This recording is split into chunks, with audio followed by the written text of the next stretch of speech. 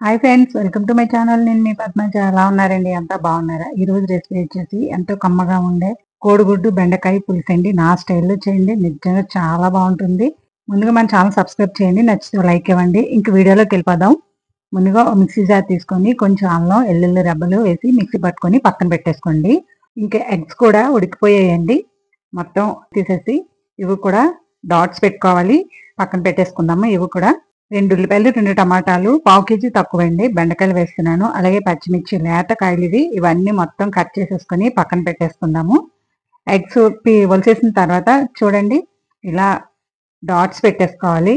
మీరు చాకుతోనా సరే డాట్స్ పెట్టుకోవచ్చు. ఇలా డాట్స్ పెట్టడం వల్ల ఎగ్లోకి ఉప్పు కారం అనేది వెళ్ళి ఎగ్ చాలా టేస్ట్గా ఉంటుంది, చాలా బాగుంటుంది అనమాట. ఇలా చేస్తే ఎగ్తో ఏ కర్రీ చేసినా ఇలా డాట్స్ అనేది పెట్టడం మాత్రం మర్చిపోకండి. స్టవ్ వెలిగించి కళాయి పెట్టుకుని ఆయిల్ వేసుకోవాలి. నేను 3 స్పూన్స్ ఆయిల్ వేస్తున్నానండి. ఈ స్పూన్తో ఆయిల్ హీట్ అయిన తర్వాత పావు టీ స్పూన్ పసుపు వేసుకొని ఎగ్స్ అన్ని వేసేసుకొని ఫ్రై చేసుకోవాలి. స్టవ్ మాత్రం హై ఫ్లేమ్లోనే ఉండాలండి, ఎందుకంటే ఎగ్స్ లో ఫ్లేమ్లో ఉంటే మాడిపోతాయి. హై ఫ్లేమ్లో నుంచి ఫ్రై చేసుకోవాలి. చూడండి, ఇవి అయితే ఫ్రై అయిపోయి ఒక ప్లేట్లోకి తీసేసుకుందాము. ఇవి తీసేసిన తర్వాత కట్ చేసి పెట్టుకున్న ఆనియన్స్ వేసేసుకొని మంచి కలర్ వచ్చే వరకు ఫ్రై చేసుకోవాలండి. చూడండి, ఇవి కూడా ఫ్రై అయిపోయాయి. ఇప్పుడు ఇందులో కట్ చేసి పెట్టుకున్న బెండకాయలు కూడా వేసుకొని ఒకసారి బాగా కలిపేసి మూత పెట్టి ఒక 2 మినిట్స్ స్టవ్ నేను లో ఫ్లేమ్లో ఉంచి మగ్గనివ్వండి. చూడండి, 2 మినిట్స్ తర్వాత బెండకాయలు అయితే మగ్గిపోయాయి. ఇప్పుడు మిక్సీ పట్టుకున్న మిశ్రమాన్ని మనం వేసేసుకోవాలి. అల్లం వెల్లుల్లి పేస్ట్ పచ్చివాసన పోయే వరకు కొంచెం ఫ్రై చేయండి. ఎక్కువసేపు చేయాల్సిన అవసరం ఉండదు. బెండకాయ కర్రీ చాలా ఈజీగా అయిపోతుంది. మూత పెట్టి ఒక 2 మినిట్స్ మగ్గనివ్వండి. ఇంతలో మనం టమాటా ముక్కలని మిక్సీలో టమాటా ప్యూరీ కింద మిక్సీ పట్టేసుకుందాము. చూద్దాము. మూత తీసి ఈ టమాటా ప్యూరీ అందులో వేసేసుకోవాలి. వేసిన తర్వాత కారం స్పైసీ మీ టేస్ట్ తగ్గట్టుగా వేసుకోండి. నేను 2 స్పూన్లు కారం అయితే వేస్తున్నాను. వేసిన తర్వాత ఒకసారి బాగా కలిపేసుకోవాలి. మొత్తం అంతా బెండకాయలు త్వరగానే ఉడికిపోతాయండి, పెద్దగా ఎక్కువసేపు ఉడికించాల్సిన అవసరం ఉండదు. ఒకసారి బాగా కలిపేసిన తర్వాత ఇందులో వాటర్ అనేది యాడ్ చేసుకోవాలి. కొంచెం ముక్కలు మునిగేంత వరకు వాటర్ అనేది వేసుకోండి.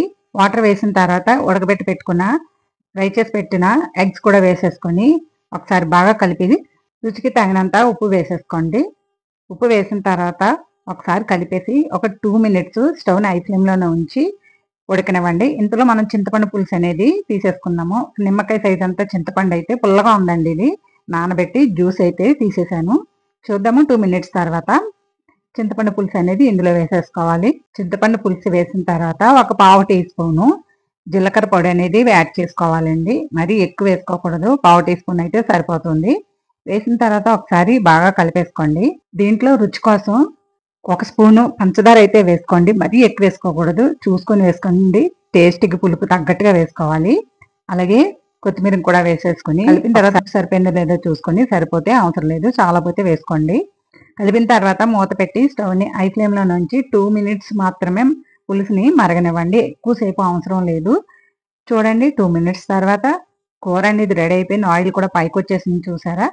ఇంకా మూత పెట్టకుండానే ఒక 2 నిమిషాల పాటు అలాగే కలుపుతూ ఉడకనివ్వండి. అంటే మీకు పులుసు ఎంత ఎలా ఉండాలని దాన్ని బట్టి, చిక్కదనాన్ని బట్టి అలా ఉడకనివ్వండి అనమాట. ఇంకా కొంచెం దగ్గరగా అవ్వాలని నేను అనుకుంటున్నాను.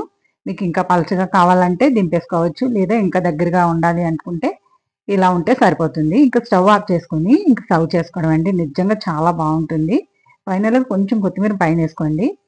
చూసారా ఫ్రెండ్స్, చాలా ఈజీగా ఉంటుంది, చాలా టేస్ట్గా ఉంటుంది. వేడివేడి అన్నంలో వేసి తింటే చాలా బాగుంటుంది. చూసారా, మీకు నచ్చిందని అనుకుంటున్నాను. నచ్చితే కనుక ఒక లైక్ ఇవ్వండి. ఎవరికైనా ఉపయోగపడితే షేర్ చేయండి. అలాగే మన ఛానల్ సబ్స్క్రైబ్ చేసుకొని సపోర్ట్ చేయండి ప్లీజ్. ఇంకా మీరు ఇచ్చే కామెంట్స్ వల్ల, లైక్స్ వల్ల నా ఛానల్ అనేది ముందుకెళ్తుంది. ప్లీజ్ సపోర్ట్ చేయండి. Thanks for watching.